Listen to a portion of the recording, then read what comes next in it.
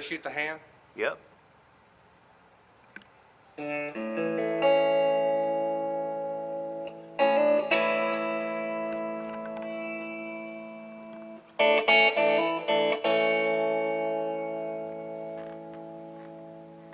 ought to work. Is it recording? Yeah. Right now? Yeah. Okay. Hello. It goes. Hi, Ma. It goes for, I put 64 gigs in there. So that's a minute and 30 seconds? I went for hours. Okay. One of the lessons that I've taught you so far is chords traditionally played a certain way, whereas I play them a different way. The reason I play chords a different way is to be able to play scales within them. If I'm playing this way, I can't get to these other notes.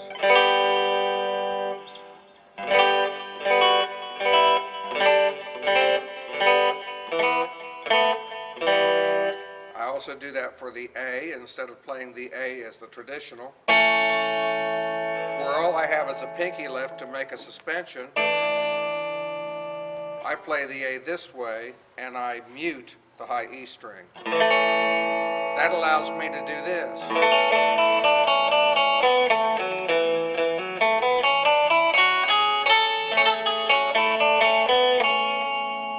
This allows an advanced guitarist to be able to cheat on the chords he plays and cut them down in size, and at the same time add scales to them, which is what a solo is. A solo is nothing more than a partial scale followed by a string bend or a trick lick that's repeated over and over and over.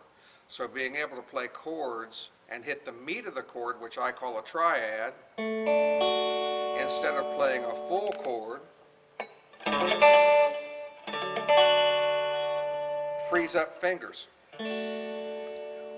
This allows me to be able to minimize my sound so I can fit into a variety of different songs without being dominant and blaring out, crushing somebody else's sound.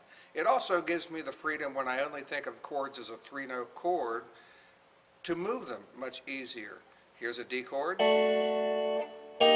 sharp, E, F, F sharp, G. I can do this all the way up and down the neck, so I can find a 3-note version of any chord that I want. Whatever works for the D, as in a D suspension, well, now it's a D sharp suspension, an E suspension, D minor, D sharp minor, E minor. If I'm playing the A, and I'm just playing these 3 strings, strings 2, 3, and 4, I can move that up, A sharp, B, C, C sharp, D, all the way up the neck. So by using 3 or 4 small 3-note formations, I can play any chord on the neck that's relevant to the type of music we play. I also use the F, which comes from the F 6-string major bar chord. Notice I use one finger for these 2 strings. The finger goes down in between them, and the meat of the finger rolls over onto each string. I can cut that down to 3 notes and have an F, F sharp, G, G sharp, A sharp, B, C, all the way up and down the neck. So that's 3 chord forms that I can have: the D, the F, and the A.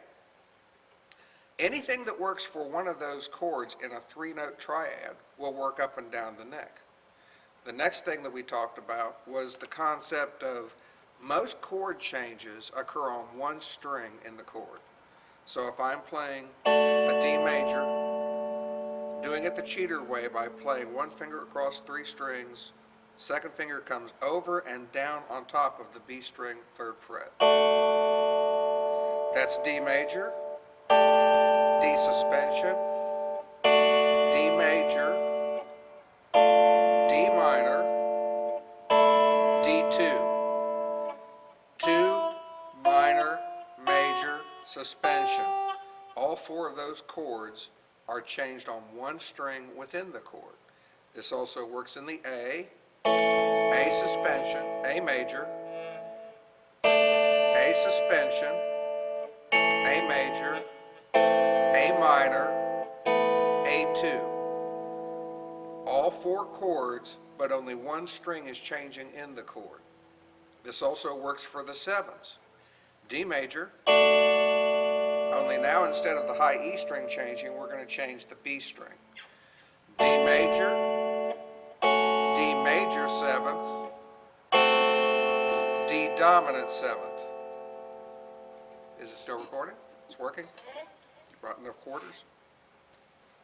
Yep. A major seventh, A dominant seventh. So for suspension, major, minor, and 2, one string changes. It is a different string in that chord that will change for the sevens. The major 7, the dominant 7, minor 7. I think of the chords major 7th, this is a C major. The major 7ths always sound jazz. They sound light and airy. Major, major 7th. F sharp, F major, F major 7th. A major, A major 7th. I use the major 7ths for jazz and easy listening. I use a dominant 7th, which is a flat major 7, on anything that is country, bluegrass, or folk, like G, G7, which is a dominant 7, to a D, to a D7, or a C, to a C7. Now I'm sorry.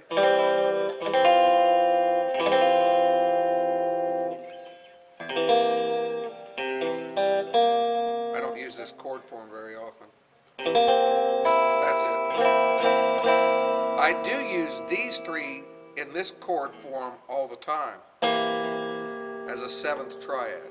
Now what's the difference between major, major 7th, and 7th? The difference is a half step between each one. When we played the D major, this is the D note. We take the 3rd note of the scale, which in this case is D, E, F sharp. For a major, it is a D with a major 3rd. For the major 7th, we use the 7th note of the scale. This is the 8 or C. This would be the 7. For the dominant 7, we go down on that string one more fret. So all of these chords, when you've learned to play these simple triads, open up the whole neck, because what works down here with open string chords will work as bar chords up in here or as triads up in here. So if someone's playing a G and one guy's playing a G like this, another guy's playing a G like this, well, I want to play a G that's going to sound a little bit different. I'll play it a 3-note triad. It also puts my hand right where I can go into a solo. That was pretty. Also, what you do down here, you can do up above the 12th fret.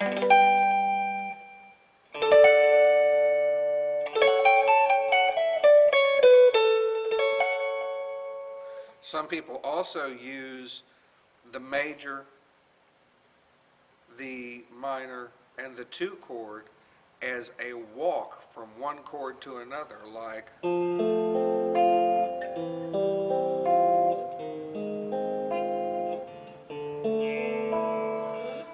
a perfect example of that is Santana or Stairway to Heaven.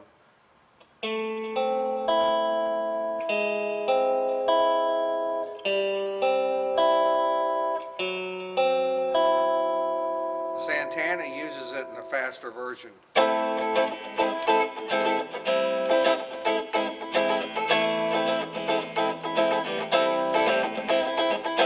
In Stairway to Heaven it is.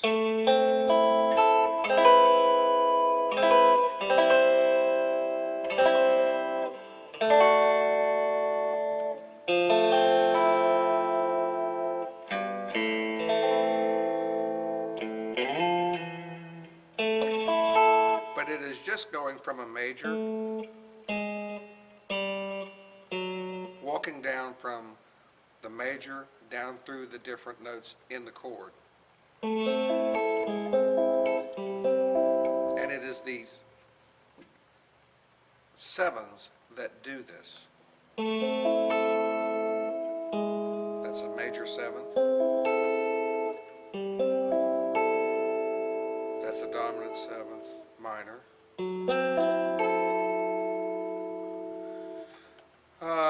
What else have we worked with so far? Walking out of a chord into another chord. If you're playing G to a C, back to a G, to a D,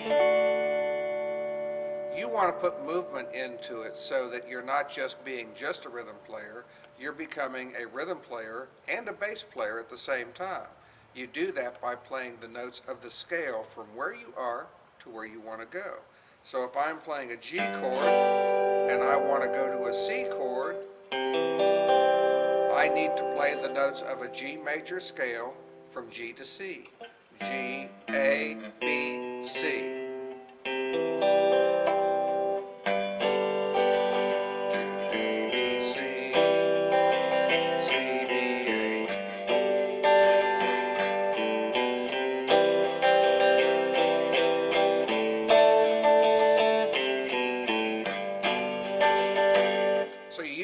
Of the notes in the scale of the key of the song you're playing.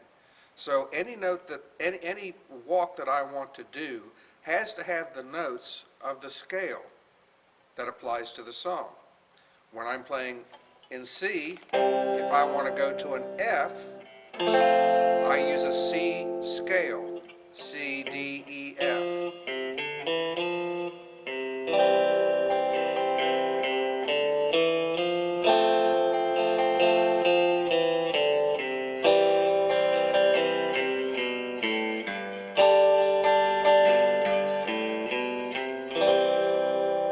If I take whatever the lowest note of the scale is, or the chord, and I take a note right below it or above it, I can make a what's called a root fifth country.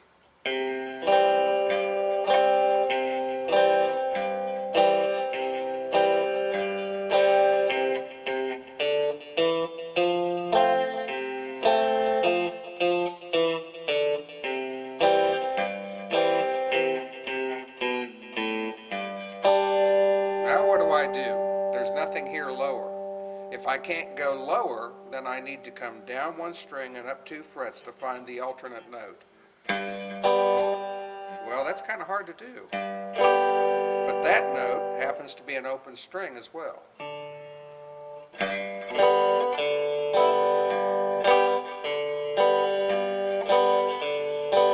Now, how do we figure all that out? We figure that out by scales.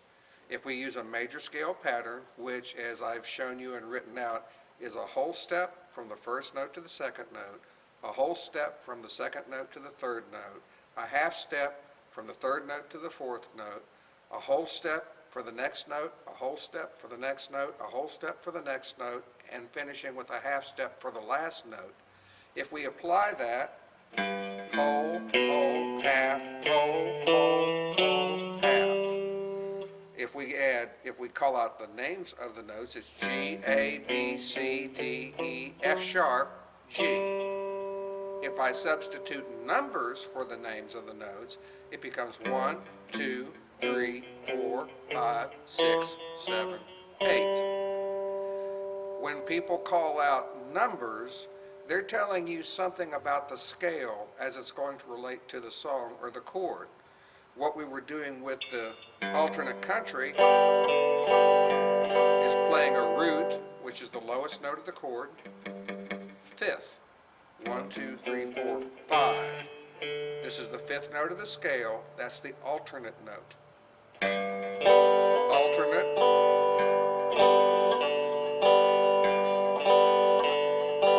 Now, a lot of people say, I want to play rock and roll, I want to play blues, I want to play jazz, I don't need to learn this.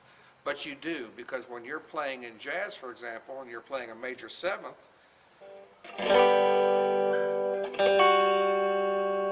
and someone says it's a major seventh, you have to know what the seventh note of the scale is. If someone says it's a 1, 4, 5 progression with a flat 2, then you need to know what the 2 note is, what a half step down from the 2 note, a flat 2, would be, and then apply major or minor to it. So you need to be able to think in numbers as well as note names.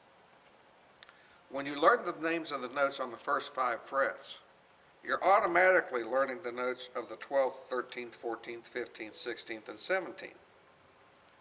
So learning just this much takes this much of the neck that you have to learn out of the equation. Once you have this mastered, and then you work on up to the 12th fret, then you have the entire neck mastered. So that if you put your finger on a fret up here, that's a C note. It's 3 frets up from what would be the head nut, this thing down here. This represents the head note an octave higher, so that's a C note.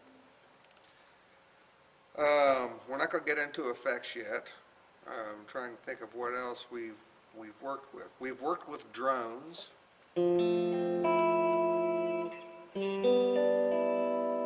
Where you keep a chord formation and move it up and down the neck with an open string.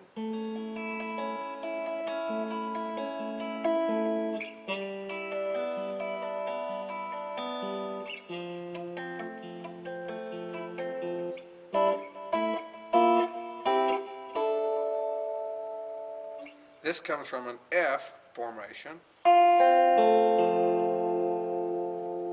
and I'm letting the high E string drone.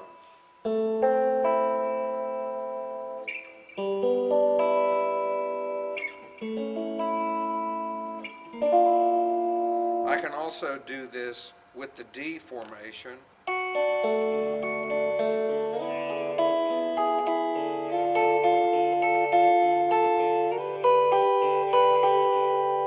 The drone in this is the low D string, but the chord formation stays the same. I can do it with an A.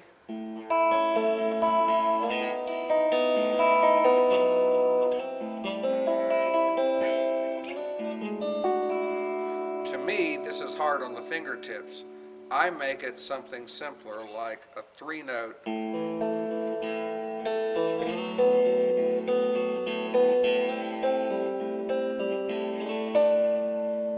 Or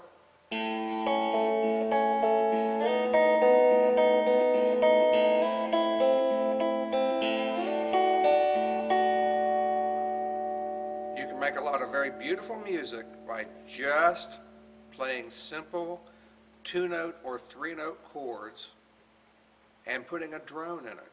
And the drone works really great. This was the D. Now I'm going to drone a D string and an E string. This is a D2 chord form.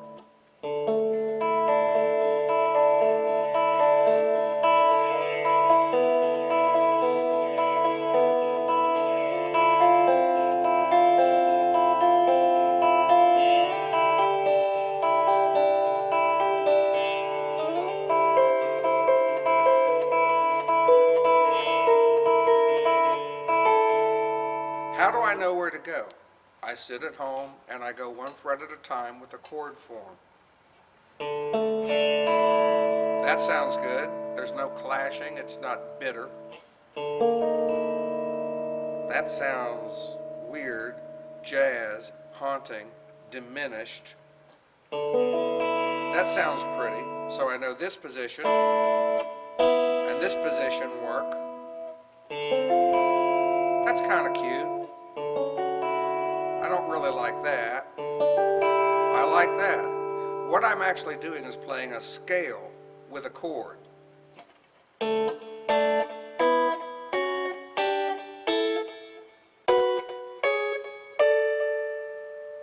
And as I showed you on your wheel, if you're going to play a scale, which is normally thought of as single notes, but you want to play it as a chord, then you need to know what the names of those chords are going to be, because some of them will be major and some will be minor. Do you have that handy, that wheel? And I'll give a demonstration. It's okay.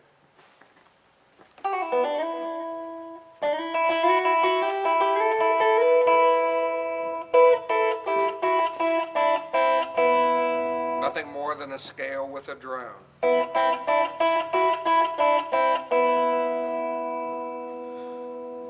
Cameraman, hand me the wheel.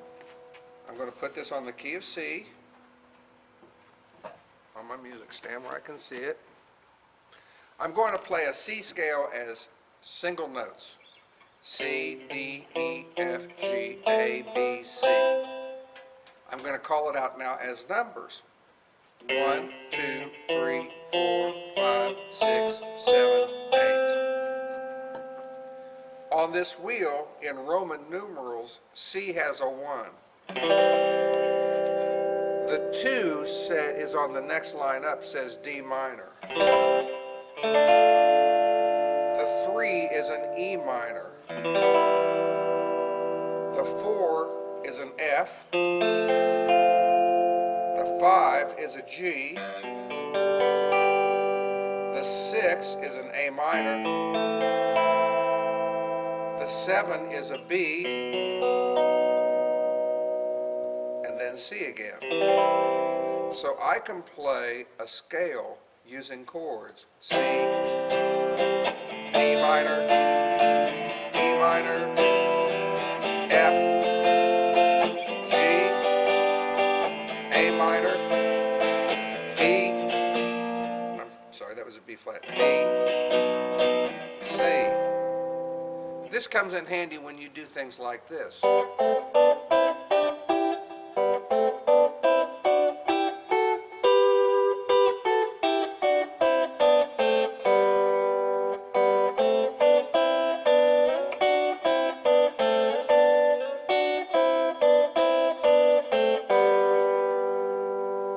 Some of those are using major positions, some of them are using minor positions. I wouldn't know which to do if I didn't have a book like this to be able to see in that song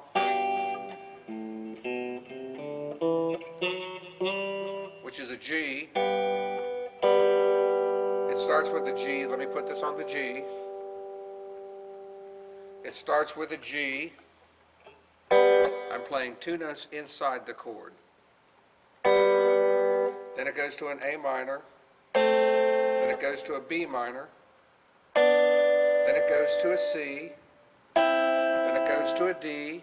Then it goes to an E minor. Then it goes to an F sharp. So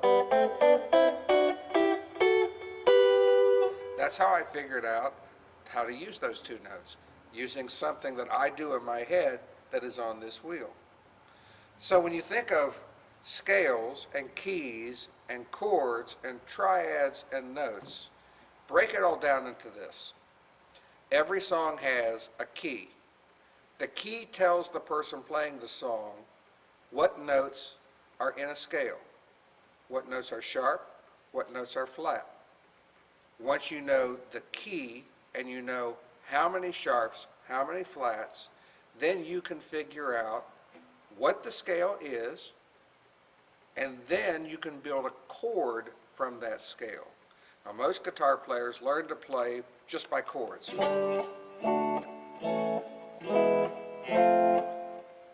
They don't don't realize the chord can't exist if the scale doesn't exist. When you play a C chord and you look at the notes you're playing, I'm playing a C, an E, and a G, another C, and a high E. I can not use notes that are not in a C scale. So here's the C note. We know that's in a C scale. C, D, E, there's the E note. F, G, C, E, G, another C, and another E. So the notes of any chord have to fit into the scale. The scale comes from the key. So key signature tells you what's sharp and flat in the notes. The scale gives you the notes. The first note, the third note, the fifth note, and the octave are proper notes for scales. It only takes 3 notes to have a proper chord.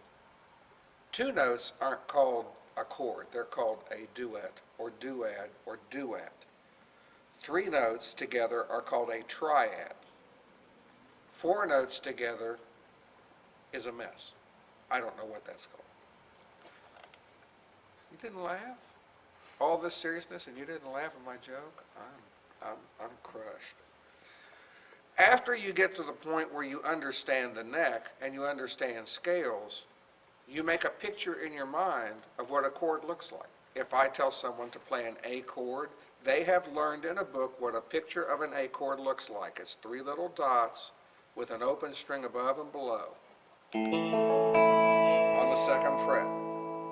You can do the same thing with a scale. You can play a scale and write down on a piece of paper the pattern of what it is that you're playing. If I take that pattern, not thinking names of notes or chords, just if this is where I start, I'm going to come up 2 frets for the 2nd note. I'm going to come over a string and back up from my original place diagonally 1, and then play a note here and play a note here. That's movable.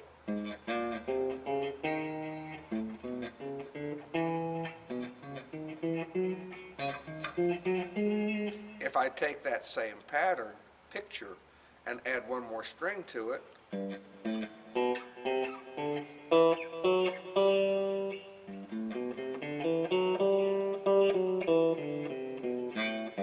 I also try to stress 1 finger per fret when playing scales.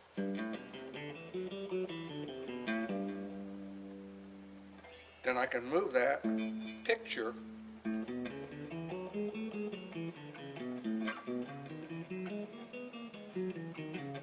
I don't have to know the names of the notes in the scale if I know the picture pattern of the scale. There are a lot of guitar players who only learn the pictures of scales. A picture for a major, a picture for a minor, starting on 1 string or another. The pentatonic major, the pentatonic minor. And that's all they use their whole careers. They don't understand why what they do works. To understand what you're doing, you have to break it all back down to that scale, simple thing of numbers and note names and how they correlate to each other. Okay, so what else would you like me to go over right now? Anything? Take a break? Yeah, go ahead We're and at half stop it. hour on this anyway. Oh, how cute. It's got a remote control. It's a shame girlfriends don't come with those. Rewind. Fast forward.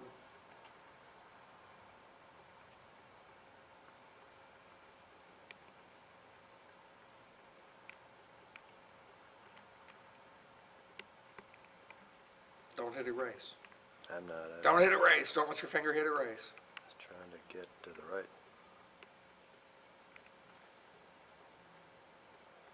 You mean it wasn't recording all this time? Oh, it's still recording. I don't think there's anybody in there.